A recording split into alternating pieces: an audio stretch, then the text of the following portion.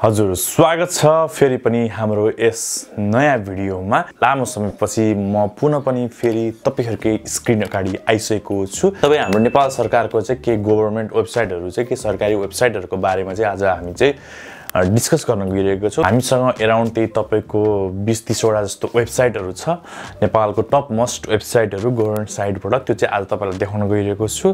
कृपया यो भिडियो चाहिँ अन्तिमसम्म हेर्दिनु होला ताकि तपाईहरुले पनि देख्नुहुनेछ, जान्नुहुनेछ र बुझ्नुहुनेछ कि गभर्नमेन्ट वेबसाइटहरु कस्तो कस्तो रहेको छ, के को गभर्नमेन्ट वेबसाइटहरु रहेको छ, वेबसाइटहरु मार्फत हामीले के कामहरु गर्न सकिन्छ भन्ने त्यसको बारेमा। सो ढिला नगरिकन म चाहिँ आफ्नो चाहिँ कम्प्युटर स्क्रिन अगाडि देखाउन चाहन्छु। So let's go to our this video. हजुर साथीहरु तपाईले यहाँ देखिरहनु भएको छ official portal of government of Nepal nepal.gov.np Nepal government को अफिशियल वेबसाइटहरु मसँग के कलेक्सनहरु रहेको छ। यहाँ दिइरहेको छ हामीसँग सिम्बल नम्बर देखिने डिपार्टमेन्ट वेबसाइटहरु रहेको छ। यहाँ सिम्पली एक क्लिकमै तपाईहरुले चाहिँ यहाँ देखिरहनुहुन्छ।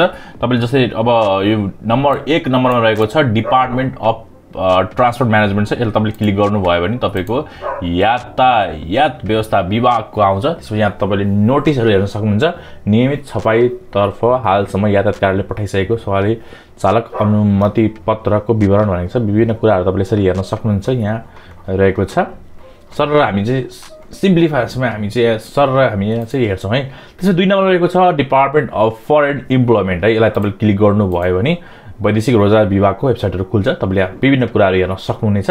र तेस्रो नम्बर रहेको छ इनल्यान्ड रेभिन्यू डिपार्टमेन्ट है। यसलाई तपाईले क्लिक गर्नुभयो भने आन्तरिक राजस्व विभागको वेबसाइटहरु खुल्छ यहाँ।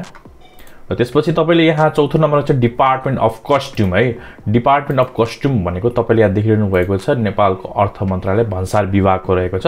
तपाईले विभिन्न कुराहरु यहाँ हेर्न सक्नुहुन्छ। त्यसपछि हामीले पाँचौं नम्बर रहेको छ डिपार्टमेन्ट अफ इन्डस्ट्री है। डिपार्टमेन्ट अफ इन्डस्ट्री उद्योग विभागको वेबसाइटहरु खुल्छ। विभिन्न कुराहरु यसमा हेर्न सक्नुहुन्छ तपाईले। त्यसपछि तपाईले यहाँ देखिरहनु भएको छ 6 नम्बरमा डिपार्टमेन्ट अफ इमिग्रेसन है। इमिग्रेसनको चाहिँ तपाईले यहाँ देखिरहनुहुन्छ वेबसाइट चाहिँ तपाईको चाहिँ यो इन्सेक्युर रहेको छ। त्यही पनि यसलाई कन्टिन्यू गरौँ। अध्यागमन विभागको वेबसाइट तपाईले यहाँ हेर्न सक्नुहुन्छ। र त्यसपछि तपाईको 7औं नम्बरमा चाहिँ डिपार्टमेन्ट अफ रेभिन्यू इन्भेस्टिगेसनको रहेको छ। यो पनि साइट सेक्युर छैन। तपाईले कन्टिन्यू गरेर यसरी हेर्न सक्नुहुन्छ। डिपार्टमेन्ट अफ रेभिन्यू भनेको तपाईको अनुसन्धान विभागको चाहिँ वेबसाइट तपाईले यहाँ यसरी छ। पनि तपाईले हेर्न सक्नुहुन्छ। त्यसपछि तपाईले यहाँ 8औं नम्बर रहेको छ department of mines and geology भनेको छ। तपाईले यहाँ हेर्न सक्नुहुन्छ। खानी तथा भूवर्ग विभागको रहेको छ department of mines and geology. तपाईले यहाँ सर हेर्न सक्नुहुन्छ। त्यसपछि तपाईको 9औं नम्बर रहेको छ department of cottage and small industries भनेको छ। यो पनि साइड इन्सेक्युर छ। यसलाई कन्टिन्यू गरेर हेरौँ। यहाँ तपाईले देखिरहनु भएको छ घरेलु तथा साना उद्योगको वेबसाइटहरु रहेको छ। तपाईले यहाँ सिम्पली हेर्न सक्नुहुन्छ। र त्यसपछि 9 नम्बरको भयो है। 10 नम्बर रहेको छ अफिस अफ कन्ट्रोल सर्टिफिकेसन है। तपाईको यो चाहिँ तपाईको नेपाल सरकारको सञ्चार तथा सूचना प्रविधिक मन्त्रालय अन्तर्गत प्रमाणीकरण नियन्त्रण कार्यालय रहेको छ। तपाईले यहाँ सर हेर्न सक्नुहुन्छ। त्यसपछि तपाईको यहाँ चाहिँ 10 नम्बर रहेको छ अफिस अफ कन्ट्रोलर सर्टिफिकेट भइसकेको छ। 11 नम्बर रहेको छ कम्पनी अफ रेजिस्टर है। कम्पनी रेजिस्टरको कार्यालय रहेको छ। तपाईको यो वेबसाइटहरु लोड भइरहेको छ। एकछिनमा तपाईको कम्पनी रेजिस्टर कार्यालय उद्योग तथा वाणिज्य तथा आपूर्ति मन्त्रालय अन्तर्गत तपाईले यहाँ सर हेर्न सक्नुहुन्छ। र त्यसपछि तपाईको यहाँ चाहिँ 12 नम्बर रहेको छ डिपार्टमेन्ट अफ एग्रिकल्चर रहेको छ है। डिपार्टमेन्ट अफ एग्रिकल्चर यो तपाईको लोडिङ हुँदै छ। यो तपाईको कृषि मन्त्रालय अन्तर्गत पर्यो। यो तपाईले यहाँ देखिरहनु भएको छ। त्यसपछि तपाईको यहाँ चाहिँ 13 नम्बर रहेको छ डिपार्टमेन्ट अफ पोस्टल सर्भिस है। डिपार्टमेन्ट अफ पोस्टल सर्भिस यो चाहिँ तपाईको एरर देखाएको छ है। 404 तपाईले यहाँ देखिरहनु भएको छ। त्यसपछि अब यहाँ चौथो नम्बर रहेको छ department of information and broadcasting भनेको छ। तपाईँ यो पनि 404 एरर देखाएको छ। त्यसपछि डिपार्टमेन्ट अफ पासपोर्टको भनेको छ। यो चाहिँ तपाईको राजधानी विभागको छ। यो नोटिसहरु आएको छ। सिम्पली तपाईले हेरेर यहाँ विभिन्न कुराहरु छ। यो तपाईले पढेर यहाँ त पासपोर्टदेखि विभिन्न कुराहरु गर्न सक्नुहुन्छ। त्यसपछि 16 नम्बर रहेको छ department of livestock service भनेको छ। लाइभ स्टक सर्भिसको तपाईले यहाँ वेबसाइट खुलिरहेको छ डिपार्टमेन्ट अफ लाइभ स्टकको है। तपाईले यहाँ हेर्न भएको छ। यो चाहिँ अलिकति स्लो भएको छ। सम्भवतः मेरो इन्टरनेट अथवा तपाईको यो वेबसाइटै स्लो हुन्छ है। तपाईले यहाँ देखिरहनु भएको छ। यहाँ आएको छ। सिम्पलीलाई क्यान्सल गर्नु होला।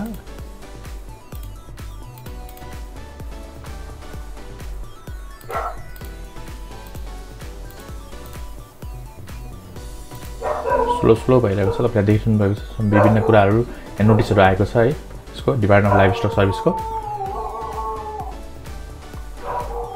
तपाईले यसलाई हेर्न सक्नुहुन्छ। पछि त्यसपछि तपाईको डिपार्टमेन्ट अफ कोअपरेटिभ्स है कोअपरेटिभ्सको तपाईको यहाँ चाहिँ रहेको छ सहकारीहरुको त्यसपछि तपाईको यहाँ चाहिँ 18 नम्बर रहेको छ department of food technology and quality control भनेको छ तपाईले यहाँ हेर्न सक्नुहुन्छ खाद्य उद्योग सञ्चालन अनुमति पत्र नवीकरण भन्ने नोटिस आएको रहेछ तपाईले देखिरहनु भएको छ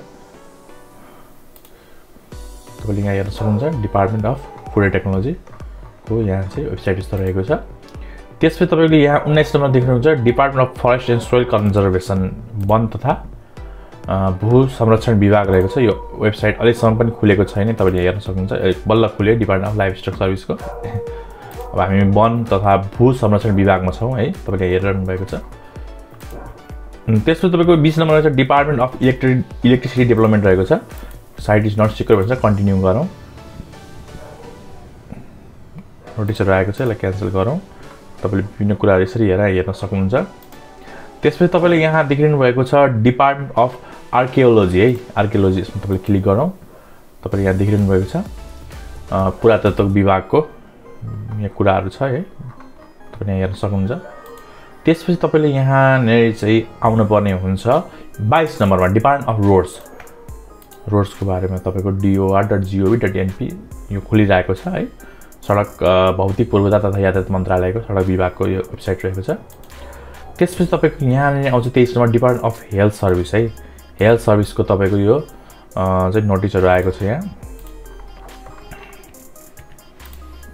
प्रेस विज्ञप्ति आएको छ तपाईले यहाँ हेर्न सक्नुहुन्छ यसलाई क्यान्सल गरौँ सिम्पली क्यान्सल गर्न मिल्न पर्ने हो यो